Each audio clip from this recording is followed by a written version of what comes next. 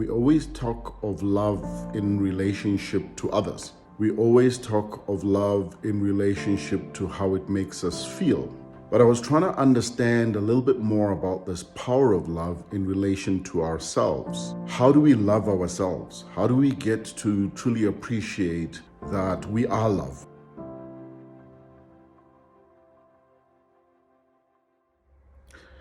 Good day, everybody, and welcome to another Visualize with Vik.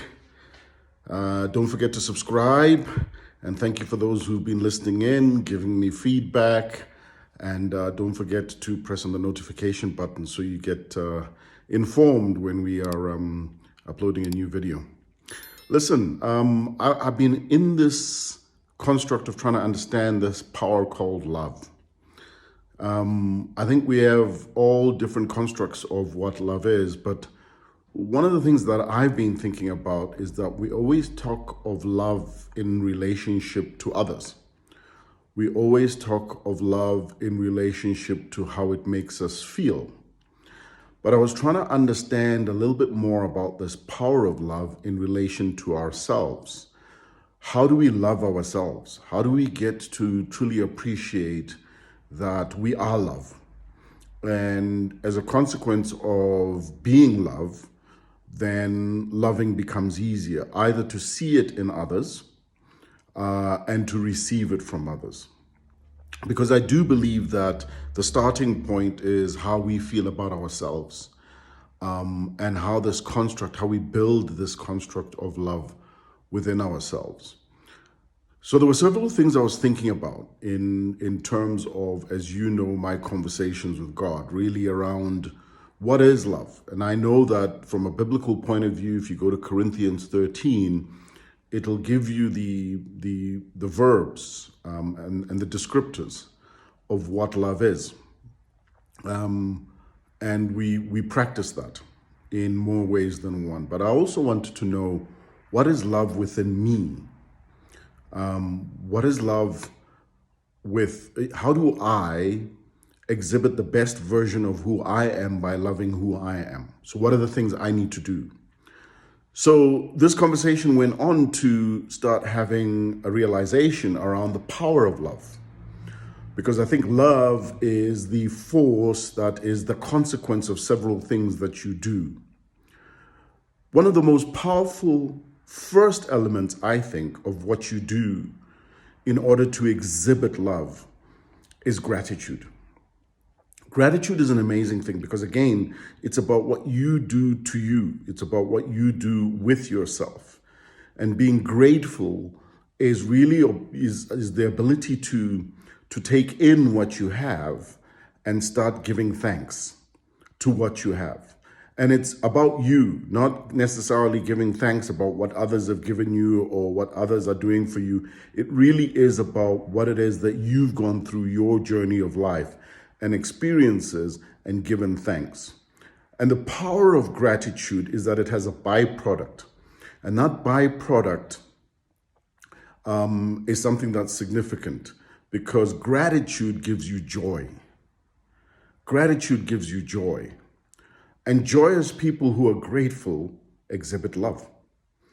I think we've all met and come across people who's just their aura in terms of who they are fills the room before they even speak. And that's the kind of love that I'm referring to. So how do you become grateful?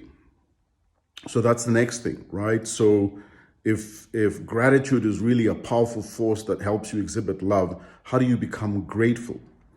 Well, to become grateful, you need to be present. You need to be fully in the experiences that you're going through.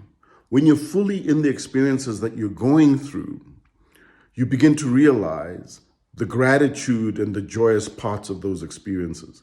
You need to be fully into what you are observing, right? And the power of being present is that it gives you peace. There's a state of peace that you can find yourself in when you are present in the things that you're doing. You're no longer automated, but you are intentional, right? You're no longer doing things by coincidence or chance or off the cuff.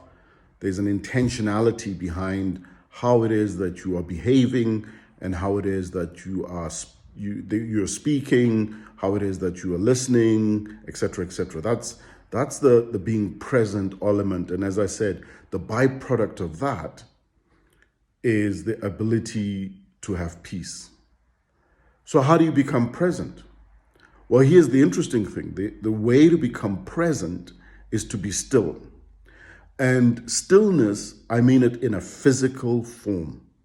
I mean it literally, that nothing moves about you. All you are doing is just taking in what's around you from a stillness point of view, which means that you are listening and observing. And the byproduct of stillness is awareness. Awareness, being able to be, when you close your eyes and just hear sounds, you begin to pick up sounds you'd never heard before, right? When you stop speaking, because when you move your lips, you're not still, and you're observing and you're watching, listening and watching and being aware and not moving physically, there's a power in that gives you this ability to be still. Being still enables you to be present. Being present gives you the capacity to be peaceful. And when you're at peace and joyous, then you're able to exhibit the love that needs to be exhibited. And that all comes from within you. And it's a practice that you need to do consistently. It's a practice that you need to either do in the mornings. And I've been told more on one occasion that if you do this thing 10 to 30 minutes a day, and by the way, you don't have to do it continuously, that is being still, being present, having gratitude, right? That the exhibition of the power of love that comes from that is quite forceful. So that's my thinking around this aspect of love. Let's just go over that again. This aspect of love is that it's a powerful, powerful force, and that in order for you to tap into it, one of the first things you need to do is be grateful. And gratitude gives you joy. And for you to be grateful, you need to be present. And presence gives you a state of peace. And for you to be present, you need to be still. And stillness gives you a state of awareness. And it is there that God reveals himself. All the best.